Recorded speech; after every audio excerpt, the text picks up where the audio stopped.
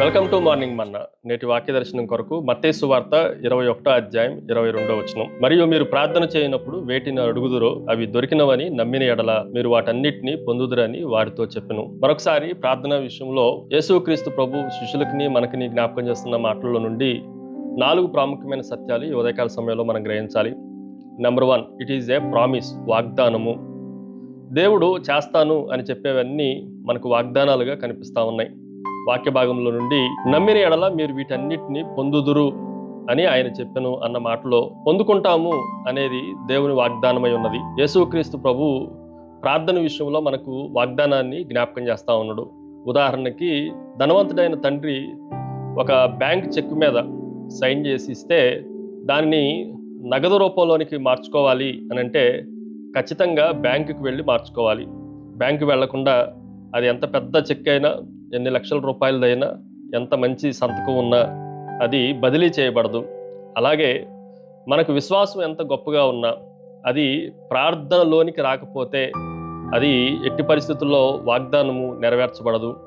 ప్రార్థన జీవితాన్ని కలిగిన మనం ఈ వాగ్దానాన్ని నగదు రూపంలో పొందుకోవటానికి అవకాశం ఉంది అన్న సత్యాన్ని గ్రహించాలి. రెండో విషయాన్ని మీకు జ్ఞాపకం చేస్తాను. ఇట్ ఈజ్ ఏ ప్రేయర్, ప్రార్థన. మీరు ప్రార్థన చేయనప్పుడు వేటిని అడుగుదురో ఈ వచన భాగాన్ని కూడా జాగ్రత్తగా ఆలోచన చేస్తే ప్రార్థన చేయటానికి దేవుడు మనకు అన్ని విషయాల్లో, అన్ని సందర్భాల్లో, అన్ని పరిస్థితుల్లో, అన్ని రకాలైన విపత్తుల కొరకు, అవసరతల కొరకు మనం ప్రార్థన చేయటానికి దేవుడు అనుమతినిచ్చాడు.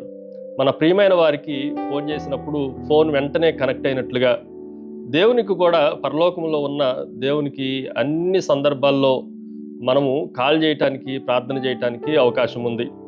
లోక సంబంధమైన మొబైల్స్ లాగా నెట్వర్క్ ప్రాబ్లం కానీ, రీఛార్జ్ ప్రాబ్లం కానీ ఉండనే ఉండదు. ఏరోప్లేన్ మోడ్ అనేది అసలు ఉండనే ఉండదు. దేవునికి ఎప్పుడైనా, ఏ సందర్భంలో అయినా ప్రార్థన చేయటానికి అవకాశం ఉంది అన్న సత్యాన్ని ఈ వచనంలో నుండి మనం జ్ఞాపకం ఉంచుకోవచ్చు. మూడో విషయాన్ని మీకు జ్ఞాపకం చేస్తాను. పర్సిస్టెన్స్, పట్టుదల. మనము వేటిని అడుగుతున్నామో అవి దొరికినవని, అప్పుడు దాకా దొరికినంత వరకు వాటి కొరకు మనం పట్టుదల కలిగి ప్రార్థనలో కనిపెట్టవలసిన వారంగా ఉన్నాం. ఉదాహరణకి రైతు విత్తనాలు వేసినప్పుడు విత్తనములు వేయటంతోనే నా పని అయిపోయిందని విస్మరించడు, దాన్ని విడిచిపెట్టడు. ఆ తర్వాత నీరు పోస్తాడు, కలుపులు తీస్తాడు, ఎరువులు వేస్తాడు. పంట చేతికి వచ్చేంత వరకు దాని కొరకు కష్టపడతాడు. నిజమైన ప్రార్థన కూడా మనం జాగ్రత్తగా ఆలోచన చేస్తే పంట మన చేతికి వచ్చేంత వరకు ప్రార్థనలో గడపటమే పట్టుదల, పర్సిస్టెన్సీ అన్న విషయాన్ని మనం గ్రహించాలి. ఫైనల్లీ చివరిది, ఇట్ ఈజ్ ఏ ప్రొవిజన్, ఏర్పాటు.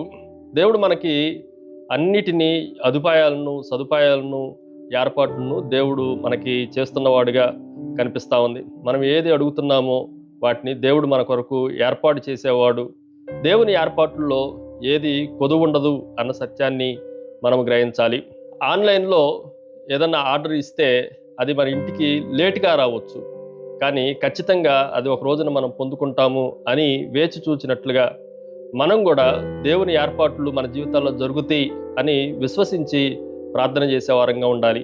ప్రార్థన సకల ఆశీర్వాదములకు కారణభూతులకు తండ్రి, మరొకసారి మేము విశ్వాసముతో ఏది అడిగినా అది మీరు మా కొరకు ఏర్పాటు చేసే గొప్ప దేవుడు అని మిమ్మల్ని స్తుతిస్తూ యేసు నామమున అడిగి వేడుకొంచున్నాం తండ్రి. ఆమేన్.